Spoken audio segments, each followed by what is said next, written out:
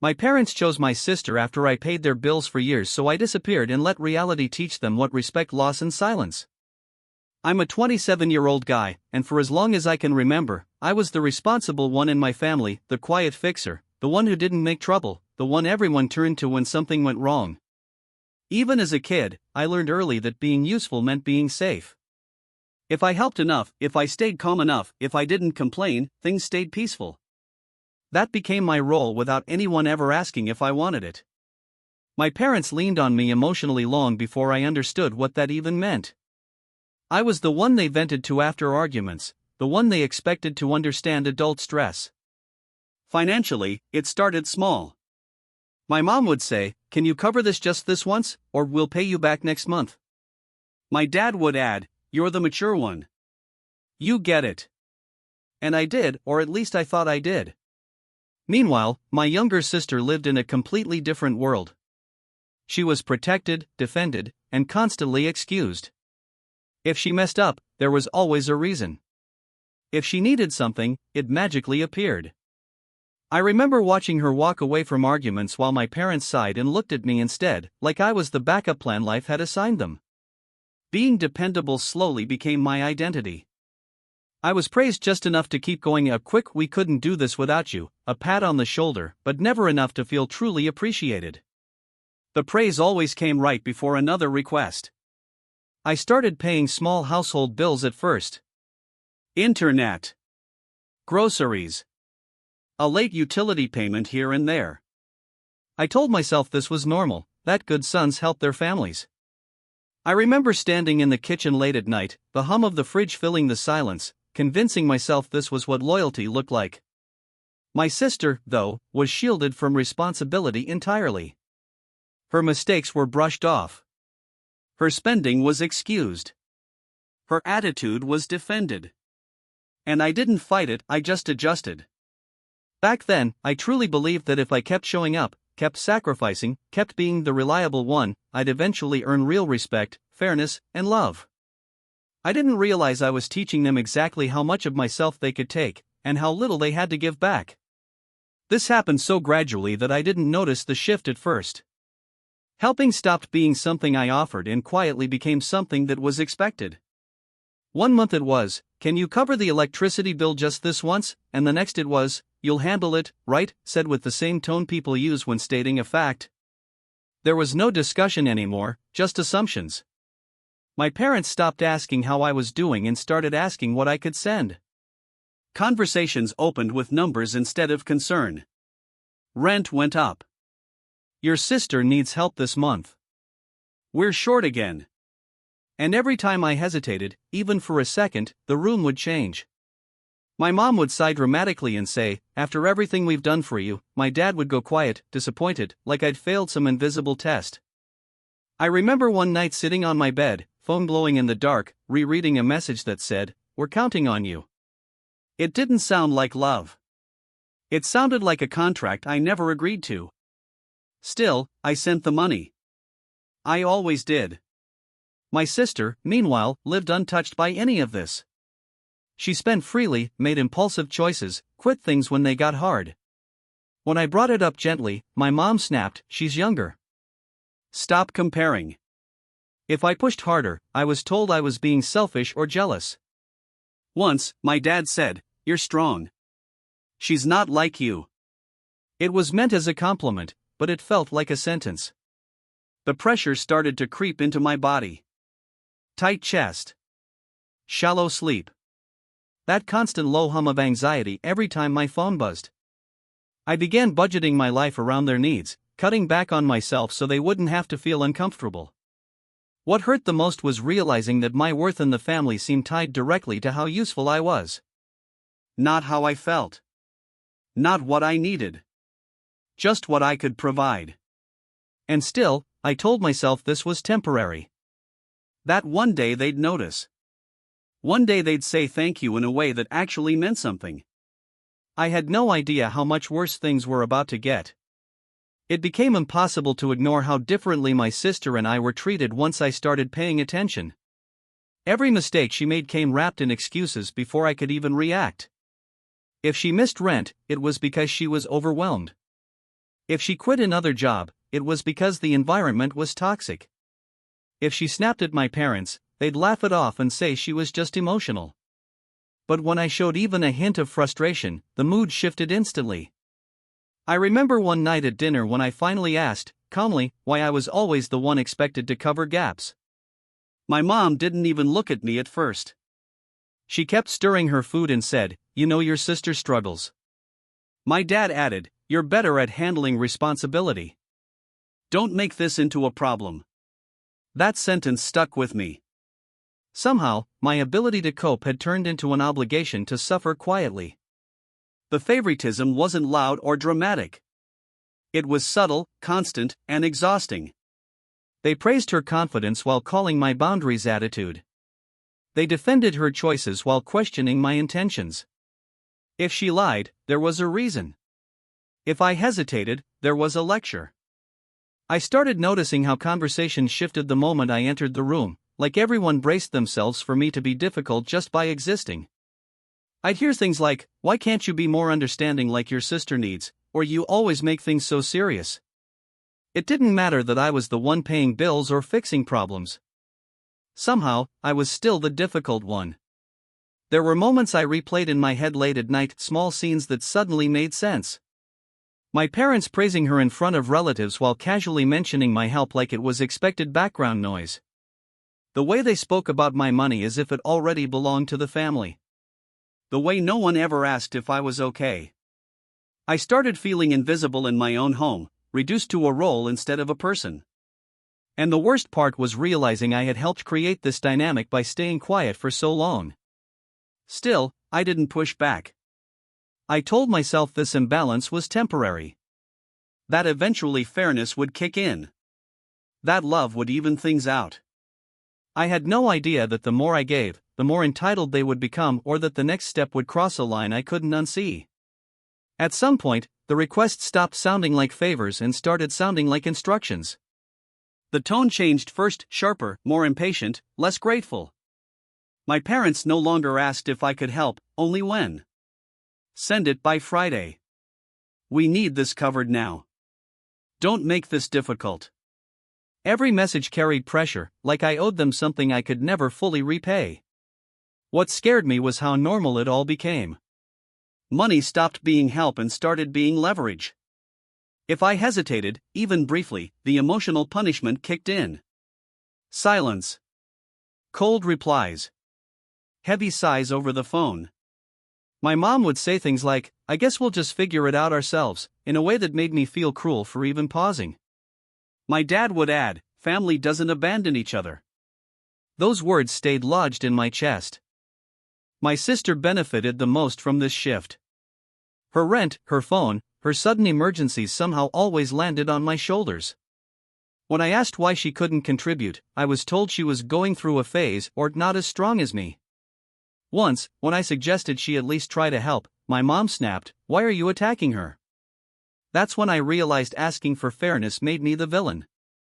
I remember standing in my kitchen late one night, bank app open, doing mental math with shaking hands.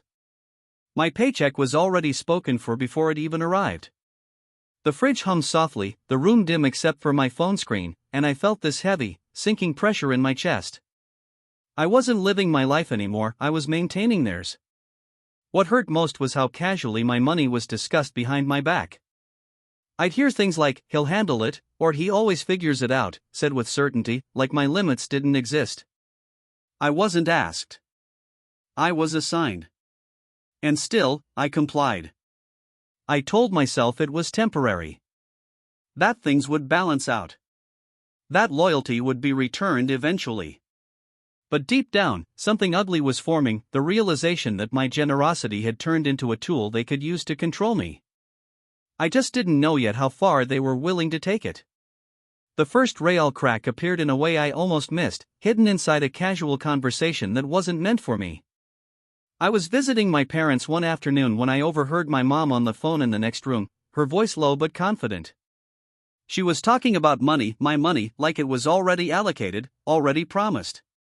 "Yeah, he'll cover it," she said, without hesitation. "He always does." I froze where I stood. My name hadn't even been mentioned, just assumed. It hit me then, decisions were being made without me, about me. I waited until she hung up and asked, as calmly as I could, what she meant. She looked surprised, almost annoyed, and said, "Oh, it's nothing. Your sister needs help again. You don't mind, right?" That word again landed hard. I asked how much. The number made my stomach drop. When I hesitated, just for a second, her expression changed. Not concern. Not guilt. Irritation. "Why are you acting like this?" she snapped. "You know how things are." Later, I found out it wasn't just one expense. There were plans being made. Assumptions stacked on assumptions. My income had been quietly folded into their future decisions. My sister knew too. She didn't even look embarrassed when I brought it up. She shrugged and said, "Mom said you'd help. You always do." That was the moment something inside me shifted. Not anger yet, more like a cold awareness spreading through my chest. I realized they weren't confused about my boundaries. They just didn't believe I had any. I started replaying old moments in my head. The praise that came only when I paid. The silence when I struggled. The way my needs never quite fit into the conversation. It all lined up in a way I couldn't unsee anymore. Still, I didn't confront them fully. I told myself I needed proof. That maybe I was misreading things. That families don't intentionally take advantage of their own. But deep down, a quiet, unsettling thought settled in. I wasn't being helped or supported, I was being managed. And the scariest part was realizing how long it had been happening without my consent. The real breaking point came a few weeks later, and it wasn't loud or dramatic at first. It started with a message that wasn't meant for me. My sister accidentally sent me a screenshot meant for my mom, a budgeting note with numbers, dates, and my name typed next to a list of expenses. Rent. Credit cards. Emergency fund. All labeled under me. Like I was a line item. My stomach dropped. I stared at the screen, my hands cold, rereading it again and again. This wasn't a misunderstanding. This wasn't temporary help. This was planning. Structured. Ongoing. Intentional. They had built their future around my money without ever asking if I agreed. When I confronted my sister, she didn't panic. She didn't apologize. She just sighed and said, "You're overreacting. Mom said you're fine with helping. You always are." Her tone wasn't cruel, it was casual. Like this was obvious. Like my role had been decided years ago and everyone else had already accepted it. I went to my parents next, trying to stay calm, trying to sound reasonable. I asked why they were making financial plans involving my income without talking to me. My dad frowned and said, "Why are you making this into a big thing?" My mom added, "We're family. This is what family does." When I said I felt taken advantage of, the air shifted. My mom's voice sharpened. "After everything we've done for you?" My dad accused me of being ungrateful. They said I'd changed. That I was selfish now. That I was letting money poison my heart. I stood there, stunned, realizing something awful. They weren't confused. They weren't sorry. They genuinely believed they were entitled to what I earned. My sister sat quietly, arms crossed, avoiding my eyes, not guilty, just annoyed that the system was being questioned. That was the midpoint moment where everything cracked open. I wasn't misunderstood. I wasn't failing to explain myself. I had been assigned a role long ago, and any attempt to step out of it made me the villain. I left that conversation feeling hollow, like something fundamental had snapped. For the first time, I understood the truth clearly. They didn't see me as a son or a sibling first. They saw me as a resource. And once I saw that, I couldn't unsee it. After that confrontation, everything changed, not loudly, but sharply. The house felt colder, quieter, like I'd crossed an invisible line. My parents stopped calling unless they needed something, and when they did, their voices were clipped, impatient. The warmth they used to fake disappeared. In its place was distance, like I'd disappointed them in some deep, unforgivable way. The guilt started coming in waves. My mom would send messages like, "We're really struggling right now," or "I guess we'll just have to figure it out on our own." No direct accusations, just enough implication to make my chest tighten. My dad barely spoke to me at all unless it was to remind me how family sticks together. Every word felt like a test I was failing. What hurt more was how quickly the story changed when other people were involved. I started hearing from relatives that I'd become cold, distant, even selfish. One aunt messaged me saying, "Your parents are heartbroken. They don't understand why you've changed." I realized my silence was being rewritten as betrayal. My sister leaned into it the hardest. She'd post online about being abandoned and unsupported, vague enough to look innocent but pointed enough to sting. When I confronted her, she rolled her eyes and said, "If the shoe fits." There was no shame in her voice. Just irritation that I wasn't playing my part anymore. I started dreading my phone. Every vibration made my stomach knot. I felt trapped between guilt and anger, between wanting peace and wanting to scream. Nights stretched long, my thoughts looping endlessly. Was I really wrong for wanting boundaries? Was I cruel for not giving more? The pressure wasn't just emotional anymore, it was psychological. Silence became punishment. Distance became leverage. They were trying to push me back into place without ever saying it out loud. And the worst part? It was working. I felt myself shrinking again, doubting my own reality, questioning whether I'd imagined the entitlement, the manipulation, the years of quiet taking. I didn't know it yet, but I was being pushed towards something dangerous, a breaking point where I'd either disappear completely, or finally stop playing the role they'd written for me. I didn't hit rock bottom in some dramatic explosion.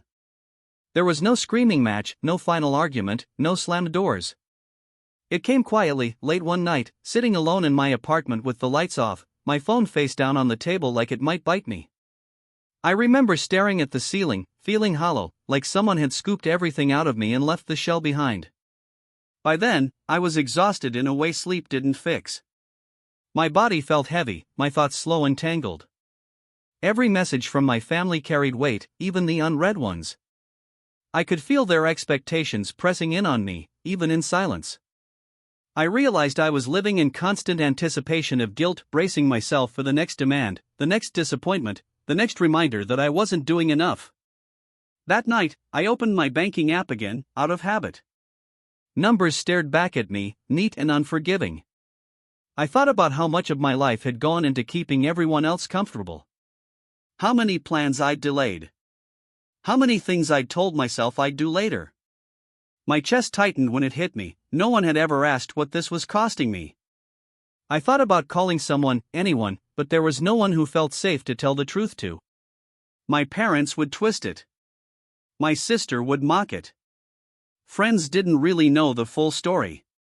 So I sat there alone, listening to the faint hum of traffic outside, feeling smaller than I ever had. For the first time, a terrifying thought crossed my mind: what if this never ends? What if this is just my life now? Paying, apologizing, shrinking, until there's nothing left of me? That was the moment I broke. Not loudly. Not visibly. Just a quiet internal snap, like a thread pulled too tight for too long. I felt something give way inside my chest, replaced by a numb, steady clarity. I didn't feel brave. I didn't feel angry. I felt tired, deeply, bone-deep tired. And in that exhaustion, a single, dangerous thought formed, one that scared me with how calm it sounded. What if I just stopped? I didn't know how yet. I didn't have a plan. But for the first time, I allowed myself to imagine a version of my life where I wasn't constantly available, constantly paying, constantly proving my worth. That quiet thought sat with me in the dark, heavy and unresolved, waiting for its moment. The idea didn't arrive like a dramatic revelation. It crept in slowly, settling into my thoughts the way exhaustion does, quietly, but completely. Over the next few days, I stopped reacting right away. I let messages sit unopened. I didn't rush to explain myself. For the first time, I allowed silence to exist without immediately trying to fix it. At first, nothing happened. No one checked in. No one asked if I was okay. That alone told me more than any argument ever could. The moment I stopped being useful, I became invisible. And somehow, that hurt less than I expected. I started making small, careful changes. I reviewed my finances late at night, laptop glowing in the dark, the room quiet except for the ticking of the clock. I separated accounts. I canceled automatic payments. Each click made my heart race, like I was doing something wrong even though it was my money. My hands actually shook the first time I hit confirm. I didn't announce any of it. I didn't argue. I didn't explain. I just stepped back. I answered messages with shorter replies. Neutral. Polite. Empty. When my mom texted, "Can you send something this week?" I waited hours before replying, then said, "I can't right now." No justification. No apology. The response was immediate. Question marks. Calls. Guilt-laced messages about stress and sacrifice. My sister sent a single line, "So you're really doing this?" As if I were betraying some unspoken contract. My chest pounded every time my phone buzzed, but underneath the anxiety was something new, a strange sense of control. I realized I had spent years explaining myself to people who never listened. Now, my silence was finally forcing them to feel uncertainty. I wasn't trying to punish them. I wasn't plotting revenge. I was just stepping away. Protecting what little energy I had left. Creating space where there had never been any. Still, fear followed me everywhere. What if they cut me off completely? What if everyone turned against me? What if I really was the villain they painted me to be? But beneath that fear was a quieter truth I couldn't ignore anymore. Disappearing, even temporarily, felt like the first honest thing I'd done for myself in years. I didn't know how they'd react once the money actually stopped. I only knew the silence was about to get very loud. The first week passed quietly, almost too quietly. No explosions. No dramatic messages. Just a strange, tense stillness that made my chest stay tight all day. I kept checking my phone, half expecting an apology, or at least a real conversation. Instead, there was nothing until the silence finally cracked. It started with a missed call from my mom. Then another. Then a text, "Call me. It's urgent." I didn't respond right away. An hour later, my phone buzzed again. This time her message was sharper. "We need to talk. Now." I stared at the screen, heart pounding, knowing exactly what was coming. When I finally answered, her voice was strained, almost frantic. Bills were overdue. The landlord was getting impatient. My sister was under a lot of stress. She spoke fast, like urgency might guilt me into compliance. When I didn't immediately agree, her tone shifted. "So you're really just going to let us struggle?" she asked. The word "let" hit hard.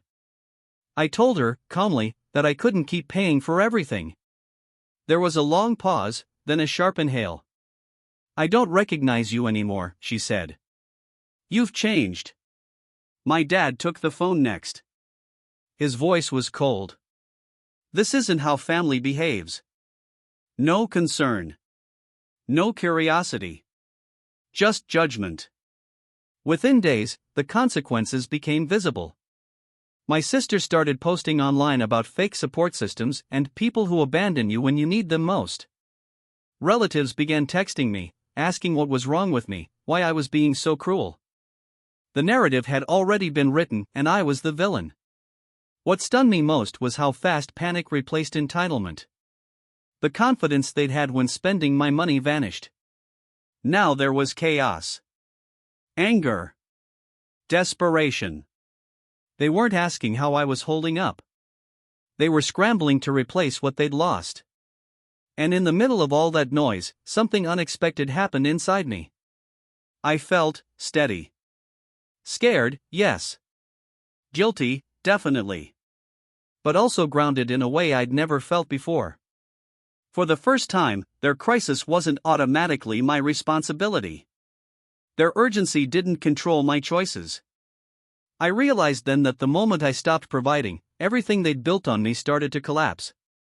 And that realization, as painful as it was, made one thing terrifyingly clear. They had never prepared for a world where I said no. It finally came to a head a few days later when my parents asked to talk properly. The message sounded calm, almost reasonable, which somehow made my stomach not even tighter. I agreed to meet, telling myself I needed closure, or at least the truth said out loud. When I walked in, the tension was thick, sitting heavy in the air before anyone spoke. My mom started first, her voice tight and wounded. "We don't understand why you're doing this to us," she said, shaking her head like I'd disappointed her beyond repair. My dad folded his arms and stared at the floor, already resigned to being the disappointed parent. My sister sat back, arms crossed, jaw tight, clearly annoyed that this hadn't magically fixed itself. I took a breath and finally said the things I'd swallowed for years. I told them how long I'd been paying. How much pressure I'd carried. How it felt to be treated like an ATM instead of a son or brother. My voice shook, but I didn't stop. I told them how decisions were made behind my back, how my money was promised without my consent, how no one ever asked what it was costing me. For a moment, the room was silent. Then my mom snapped, "So now you're keeping score?" My dad muttered that I was being dramatic. My sister rolled her eyes and said, "You act like you're the only one who's ever helped this family." Something in me finally clicked. I realized they weren't confused, they were offended that I'd stopped playing my role. They didn't want understanding. They wanted compliance. I told them, calmly, that I wasn't cutting them off out of spite. I was stepping back because I couldn't keep sacrificing myself to make everyone else comfortable. That I deserved boundaries. That I deserved respect. My sister laughed under her breath. My mom said, "You've changed." And for the first time, I didn't argue. "Yeah," I said quietly. "I have." The room went still. No apologies came. No sudden realization. Just tension hanging in the air, thick and unresolved. I stood up, heart pounding but steady, and walked out knowing something irreversible had just happened. I didn't feel victorious. I felt hollow, shaky, but also strangely lighter. And as I closed the door behind me, I realized this confrontation wasn't the end of the story. It was the moment I finally chose myself. The days after that confrontation were strangely quiet. No angry calls. No long messages. Just silence stretching on longer than I expected. At first, it made me uneasy, like the calm before another storm. I kept waiting for the guilt to come crashing back, for someone to demand I fix things again. But it didn't happen the way it used to. Instead, something else settled in space. Actual, breathable space. My phone stopped feeling like a leash. My evenings felt longer. The tension in my shoulders slowly loosened. For the first time in years, I wasn't bracing myself for the next crisis that didn't belong to me. Weeks passed, and the distance became permanent. My parents reached out once or twice, carefully, cautiously, as if testing how much access they still had. The messages were polite but hollow. No accountability. No acknowledgement of what they'd done. Just an unspoken hope that things could go back to how they were. I didn't let them. My sister never apologized. Instead, she stopped reaching out altogether. I later heard through a relative that things had gotten hard for her. Bills piled up. Plans fell apart. Support disappeared. For the first time, she had to face the consequences of a life cushioned by someone else's sacrifice. I won't lie, part of me felt guilty. Another part felt sad. But underneath all of that was something stronger, clarity. I finally understood that love without respect isn't love at all. That loyalty shouldn't require self-erasure. That being needed is not the same as being valued. I started rebuilding quietly. I focused on my work, my health, my peace. I learned how to say no without explaining myself. I learned that silence can be a boundary, not a punishment. And I learned that walking away doesn't always mean hatred, sometimes it means survival. I don't know if my family will ever fully understand what they lost. Maybe they already do. Maybe they never will. But I do know this: disappearing wasn't revenge. It was recovery. And for the first time in my life, the quiet doesn't feel lonely. It feels earned.